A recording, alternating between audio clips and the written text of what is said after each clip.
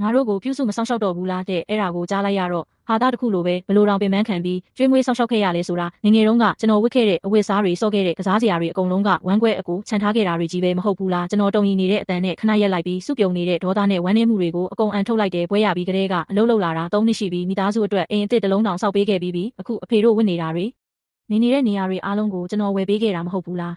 ားဖုန်းထဲကိုစုပြုံနေတဲ့စိတ်ပြတ်မှုတွေအကုန်ပေါက်ကွဲပြီးអော်လိုက်တယ်မနစ်ကအဖေအသေး6ယောဂနောက်ဆုံးအဆင့်ဖြစ်တုန်းကတိုးဆုပ်မနေပဲအသေးစိတ်ပိုင်းတစ်ခုလှူခဲ့တာကျွန်တော်ပဲအဲ့ဒီမတိုင်ခင်နှစ်ကလည်းအမေအုံနောက်သွေးကြောပိတ်တုန်းကပြန်ကောင်းလာတဲ့အထိ6လလုံးပြုစုခဲ့တာကျွန်တော်ပဲဒီနှစ်တွေတခြားကျွန်တော်စုထားတဲ့ပတ်စံတွေအားလုံးအိမ်အတွက်ဗီတာမင်တွေအတွက်တစိမ့်ပါတဲ့အဝတ်စားတွေအတွက်ပဲကုန်သွားခဲ့တယ်ကျွန်တော်ကတော့ခါဘက်ကိုတင်းတင်းစီးထားခဲ့ရတာအဖေတို့ကြတော့ကျွန်တော်အတွက်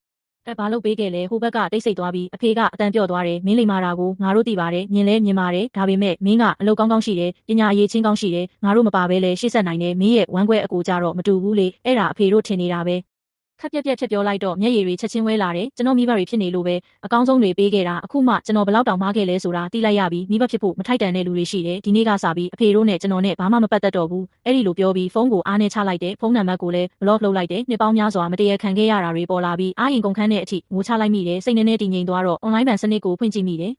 9000ပဲကျန်တော့တယ်အသက်28နှစ်ပွဲရပြီး9နှစ်ဒါလေးပဲစုမိထားတယ်လွတ်နေတဲ့ကျွန်တော်အငှားတိုက်ခန်းကိုကြည့်ပြီးဒီနှစ်တွေတလျှောက်စူးစမ်းခဲ့သမျှဟာရိုက်ခတ်မှုပြင်းတဲ့ဟာတာတစ်ခုလိုခံစားရတဲ့စိတ်ထဲမှာဆွဲလန်းမှုတစ်ခုအမြင့်တွေလာပြီးအိမ်တစ်လုံးရဖို့ကကျွန်တော်ရဲ့တစ်ခုလေးသောရည်မှန်းချက်ဖြစ်လာခဲ့တယ်နောက်နေ့အလုံးမှာပြီးခဲ့တဲ့နှစ်တွေကကျွန်တော်အောင်မြင်ခဲ့တဲ့ရည်မှန်းချက်စရာကိုအထက်လူကြီးရှေ့ချပြလိုက်တဲ့အကြီးအကဲကျွန်တော်ကုမ္ပဏီမှာလုပ်လာတာနှစ်အတော်ကြာပြီးရည်မှန်းချက်တွေကိုလည်းအမြဲတမ်းကြော်ဖြတ်နိုင်ခဲ့တယ်ကျွန်တော်မှာအရေးချင်းရှိတယ်တာဝန်ယူမှုရှိပြီးပြီးမြောက်အောင်လုပ်နိုင်တဲ့လူရင်းကိုပဲဓာတ်ရိုက်ပြောလိုက်တယ်ကျွန်တော်ပတ်စံအရေးတကြီးလိုနေတဲ့ကော်မရှင်ကောင်းကောင်းရမယ် project ရှိမလားဘလောက်ပဲခက်ခဲပါစေဘာမဆိုလက်ခံပါမယ်အထက်လူကြီးကကျွန်တော်မျက်လုံးတွေကိုကြည့်ပြီးစာရွက်စာတမ်းတစ်ခုတိုးပေးတယ်အရှိပိုင်းကူးတန်းရောင်းဝယ်ရေးဖွံ့ဖြိုးတိုးတက်မှု project ပဲအဖွဲ့3ဖွဲ့တောင်ကြာရှုံးသွားခဲ့ပြီးဖောက်တွေကတိတ်ကြအေးတယ်မင်းအောင်မြ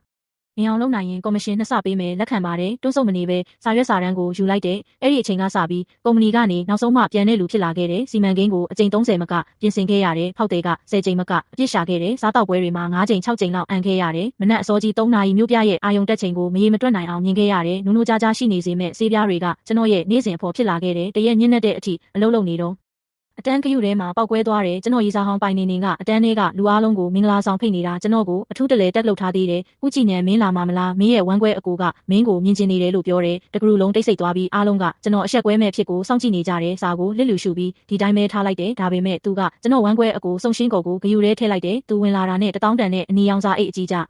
ဒီတစ်ခုပို့ပြီးကျွန်တော်ကိုတက်တယ်ဝမ်းကွဲညီမင်္ဂလာဆောင်ကိုလာရမယ်နော်ငါဇနီးနဲ့မင်းရေးစားဖြစ်ခဲ့ဘူးတာငါသိပါတယ်ပြီးခဲ့တာတွေလည်းပြီးပါပြီငါတို့ညီကိုကောင်းတွေဖြစ်နေတော့ပဲဒေါသကိုထိန်းဖို့အသက်ကိုပြင်းပြင်းရှူပြီးပြန်စာပို့လိုက်တယ်အကိုမင်္ဂလာဆောင်ကိုကျွန်တော်အလုပ်ရှုပ်ခံပြီးမလာတော့ဘူးတယောက်ကကျွန်တော်ရေးစားဟောင်းနဲ့လက်ထက်တယ်နောက်တစ်ယောက်ကကျွန်တော်အိမ်ဖြတ်သိမ်းမှုကရတဲ့ပတ်စံနဲ့စီးစိမ်ခံနေတယ်ဂုံပြူစရာဘာမှမရှိဘူးပြီးတော့ပိုင်နေနေကိုတက်လိုက်တယ်မင်္ဂလာပွဲမှာပျော်ရွှင်ပါစေလို့ဆုတောင်းပါတယ်နင်းထွက်သွားဖို့ဆုံးဖြတ်ခဲ့တုန်းကပြစ်မှုမှတ်တမ်းရှိတဲ့ငါဝမ်းကွဲအကိုနဲ့လက်ထက်ရလို့နောက်တမရပါစေနဲ့လို့ဆုတောင်းတယ်ဘယ်တော့မှပေါ့စာပို့ပြီးဂရုထဲကထွက်လိုက်တယ်မမြင်ရရင်စိတ်မငြိရတော့ဘူးအဲ့ဒီအချိန်ကစပြီးအလုပ်ထဲပဲအာယုံအပြည့်သွင်းလိုက်တယ်ဝမ်းကွဲအကိုမင်္ဂလာဆောင်ရက်မှာကျွန်တော်မသွားပေမဲ့ပွဲတက်ပုံတွေကိုတွေးလိုက်ရတယ်ကျွန်တော်မိဘတွေကအဝတ်စားတဲ့အကောင်းစားတွေဝတ်ပြီးကျွန်တော်ဦးလေးထက်တောင်ပိုပျော်နေတဲ့မျက်နှာအားနဲ့ကူးချီတန်းချီလုံနေကြတယ်ပိုင်နေနေကတော့ချိုးသားပြူငါလို့သူမိဘတွေကကျွန်တော်ဝမ်းကွဲအကိုပေါ်ဆက်ဆံပုံကကျွန်တော်မိဘတွေဆက်ဆံတာနဲ့လုံးဝကိုကွာခြားချက်ကြီးပဲဖြတ်ခနဲကြည့်လိုက်ပြီးမျက်လုံးတွေပူဆက်လာတာကြောင့်စက်မကြည့်တော့ပဲအလုပ်ထဲပဲစိတ်နှစ်လိုက်တဲ့6လအတွင်းမှာတင် project manager ကနေ project director ဖြစ်လာခဲ့တဲ့ကုမ္ပဏီကကျွန်တော်အတွက်အောင်ပွဲခံပွဲလုပ်ပေးပြီးဗီဒီယိုကိုအင်တာနက်ပေါ်တင်လိုက်တယ်မကြခင်မှာပဲဆွေမျိုးအချို့အဲ့ဒါကိုတွေ့သွားကြတယ်ကျွန်တော်တော့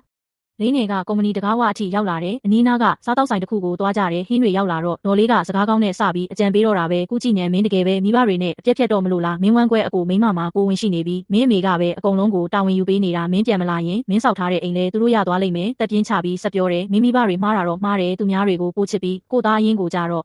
ာ့ဒါပေမဲ့နောက်ဆုံးတော့မင်းတို့ကမိသားစုပဲလေရင်ထဲမှာတော့မင်းကိုချစ်ကြပါတယ်မင်းရဲ့အပြုအမူကြောင့်သူတို့စိတ်ထိခိုက်နေရတယ်လူကြီးတွေကိုစိတ်မဆိုးပါနဲ့မင်းရတဲ့ရထိုက်တာအတွက်တော့မင်းတိုက်ပွဲဝင်ရမယ်ခဏလောက်တိတ်ဆိတ်သွားပြီးမှအေးဆက်ဆက်နဲ့ပြောလိုက်တယ်ကောင်းပြီနောက်အပတ်ကျွန်တော်ပြန်လာခဲ့မယ်အချိန်ရတော့အိမ်ပြန်လိုက်အောင်မယ်ဒေါ်လေးကစိတ်သက်သာရသွားတယ်ကျွန်တော်ပြန်လာတာကပြန်ဆင်ပြေဖို့မဟုတ်ပဲဒီရှုပ်ထွေးမှုတွေကိုတခါတည်းအပြည့်ရှင်းပစ်ဖို့ဆိုတာ तू မသိခဲ့ဘူး3ရက်ကြာတော့အိမ်ပြန်ဖို့လေရင်စီးခဲ့တဲ့ရောက်တော့အိမ်ကိုမသွားသလိုဘသူ့ကိုမှလည်းမဆက်သွယ်ခဲ့ဘူးကျွန်တော်ရက်ကွက်ကရဲစခန်းကိုတိုက်ရိုက်သွားပြီးအိမ်အောင်စုစရင်ပြောင်းလဲလိုက်တယ်စာရွက်စာတမ်းအစ်စ်ကိုရတဲ့အချိန်ထိစိမ့်သက်နဲ့ဝေဝေဝါးဝါခန်းစားချက်ကြီးဖြစ်နေမိတယ်ငါအသက်ရှူချက်စရာကောင်းတဲ့အဲ့ဒီမိသားစုနဲ့မပတ်သက်တော့ဘူးပြီးမှအိမ်ပြန်ဖို့တက်ဆီတစ်စီးတားလိုက်တယ်အမေကတကားဝမှာကျွန်တော်ကိုမြင်လိုက်ရတော့မျက်ရည်တွေဝဲလာတယ်ကုကြည့်နဲ့ငါသားနောက်ဆုံးတော့ပြန်လာပြီပေါ့ဘလို့တောင်ပိန်သွားရတာလဲကောင်းကောင်းမစားရဘူးလားအတန်ကြားတော့ဆွေမျိုးတွေကနှုတ်ဆက်စကားတွေပြောဆိုတန်တွေနဲ့အနားကိုတိုးလာပြီးအဲကန်းထဲကို